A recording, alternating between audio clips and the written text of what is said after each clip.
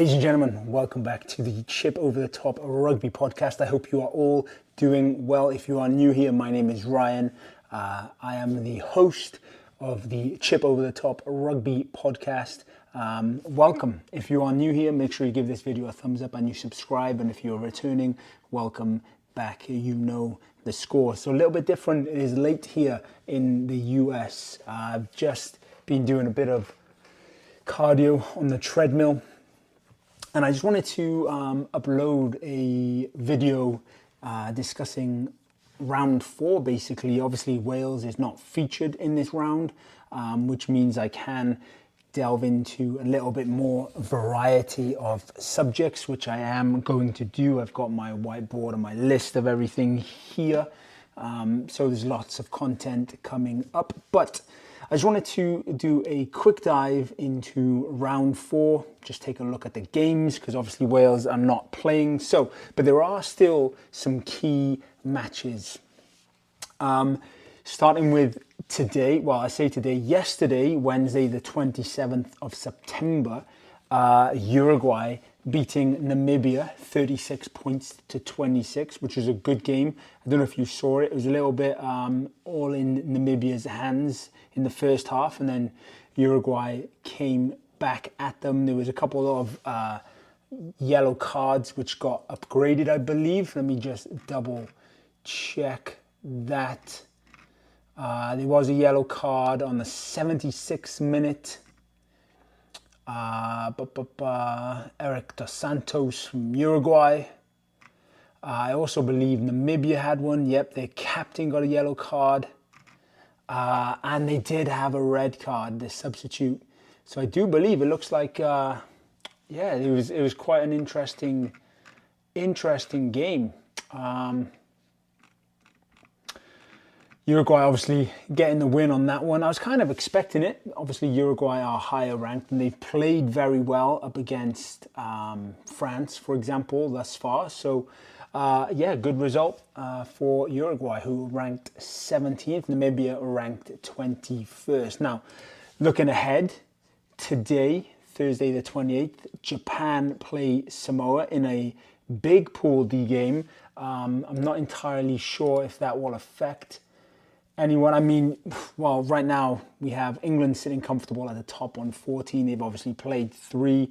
Japan, Samoa both sitting on 5 points ahead of Argentina's 4. So this is actually a crucial game. Whoever wins this one could be sitting comfortable in second place. And if there's a bonus point, then that will set up an interesting matchup in the final sort of round of Pool D to see who goes through along with England. We are expecting Argentina to win, to be the runners-up in that one. But hey-ho, it's an open pool at the moment in time. Obviously, England are leading the way, but Samoa, Japan, Argentina are very, very close. So that one's going to be a good game. I'm probably going to put, if I had to put money on it, which I'm obviously not, I would say Samoa, but let's not rule out Japan because they have beaten the Box before. And they haven't quite clicked yet, but maybe they will.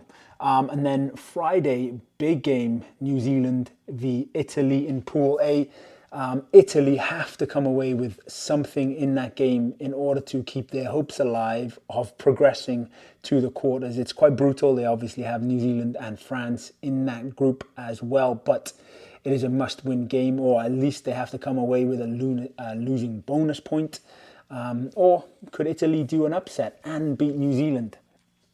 Time will tell. On Saturday, we have a couple of good games. Argentina taking on Chile. I'm expecting Argentina to win that one. And then in Pool C, a must-win game for Fiji if they want to keep their hopes alive of qualifying. Now, obviously, in Pool C, they are sitting comfortable in second after beating Australia. But obviously, they are both on 6 points. That is Fiji and Australia. Wales already qualified, as we know, sitting atop of that pool at 14 points. But Fiji have to win against Georgia to keep their hopes alive. They must seek out as many points as possible and get a bonus point if they want to ensure that they go through. I do expect Fiji to win that game, but I do hope Georgia puts up a fight because Georgia's a good side. They put 15 points on Australia. Obviously, Australia winning that game, but it would be good to see Georgia come away with something maybe after drawing to Portugal 18-18 in the last round. And then rounding off Saturday, Scotland have to absolutely wipe the floor with Romania in order to continue their chance of getting through to the quarter-finals. Now, Pool B is an interesting pool. I'm going to put it up on the screen. I'm putting up all these on the screen for you as well. I know you've already seen that now, so why am I even saying that? But Pool B is an interesting one. Obviously, Ireland sitting atop of that quite comfortably on 14 points. South Africa on 10. Scotland are on 5. And they absolutely have to beat Romania with a bonus point in order to come then close to contention with South Africa, which will set up a final weekend against Ireland. Very interestingly, could there be some collusion? Could Ireland lose and let Scotland go through? Doubtful. I don't know if that's the way that it will work either, but that will set up a big final weekend, Scotland against Ireland in the final round of that pool. And then Sunday, Australia taking on Portugal. Australia obviously looking for some redemption here and have to absolutely come back with a vengeance and put on a performance to not only for their fans, but for the players themselves, for Eddie Jones' sake, and just for rugby in general, because we don't want to see these giants fall. Australia is obviously a massive rugby union nation, and it'd be kind of harsh to see them fall in the rankings, but also, it might be a wake-up call that they need. But I do expect Australia to beat Portugal in that one. And then a big test on Sunday to round off the round. South Africa v Tonga in what is going to be an absolute physical blockbuster, I'm sure. Tonga is probably going to put in some big hits. They certainly did that against Scotland. Especially with Duhan just being bumped, and Malachi Fakatau just putting in some big shoulder hits on the Scottish backs and forwards, to be fair. So that will round off round 4 on Sunday. Like I've already said, my predictions, and it's obviously a nice little rest for the Welsh and a few other teams who haven't played this week. Before they go on into the final round. And I can't believe we are almost at October. The final round of pool stages is the 8th, Sunday the 8th of October. Before we then move on into the quarters, obviously, as we know, Wales is the only team to qualify thus far.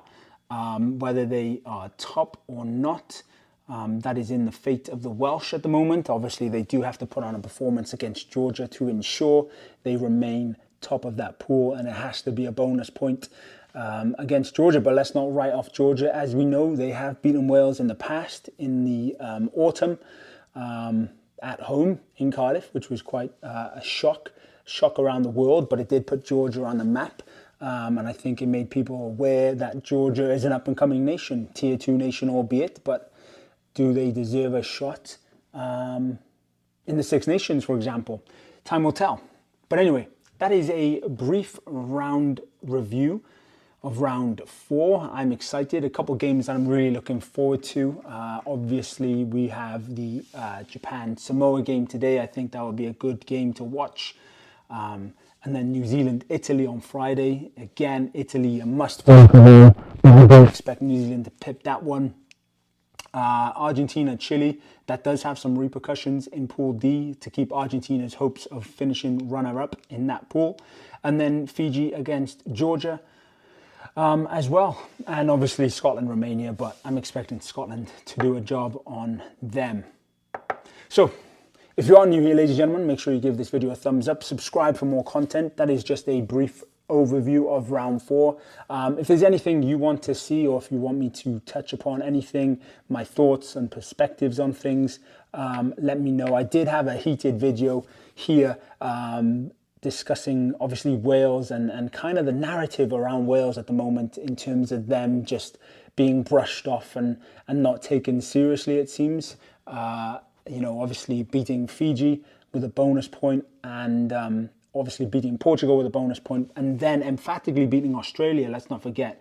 But even still, prior to the Australia game, there was a narrative that Wales were just poor, you know, not playing well, lucky, didn't deserve to win, etc. So there we are. That is the round review. Let me know your thoughts. Let me know what games you're excited to see. Let me know, you know, the outcomes that you're hoping for, and we'll go from there. Lots more content to come, like I did show you on that board earlier. There's a few videos that I will be uploading over the next couple of days and creating, especially now that obviously Wales has that break and they're not playing again until the 7th of October, which is nice for them. I do believe Warren Gatland gave the boys a couple of days off, and I've seen some videos, Johnny Williams and Lewis Rees-Zammit, for example, on the beach in Cairns, just enjoying the sun, enjoying some downtime before they get back to business, probably today or Friday, to put in the work for Georgia. And I will be uploading a video on the team selection that I think Warren Gatland should select, based on the fact that, okay, we're through to the quarters now we just need to maybe see if there's 1 or 2 players that we can bring into that starting 23 or the starting 15 to see if they can push for place. Obviously, with Dan Biggar being injured and possibly not available for selection, does that beg the question, do we start Sam Costello, for example, or Gareth Anscombe, and then have them vice versa switching round? Does that open up Lee Halfpenny opportunity maybe to come in for kicking duties? We'll see. I will discuss that all in a future video. But for now, ladies and gentlemen, thank you very much for watching. This is my round 4 review, preview. Make sure you hit subscribe, give this video a thumbs up, and I appreciate you all. Diolch Yn Fawr. Thank you very much. I will catch you all very, very soon. Cheers.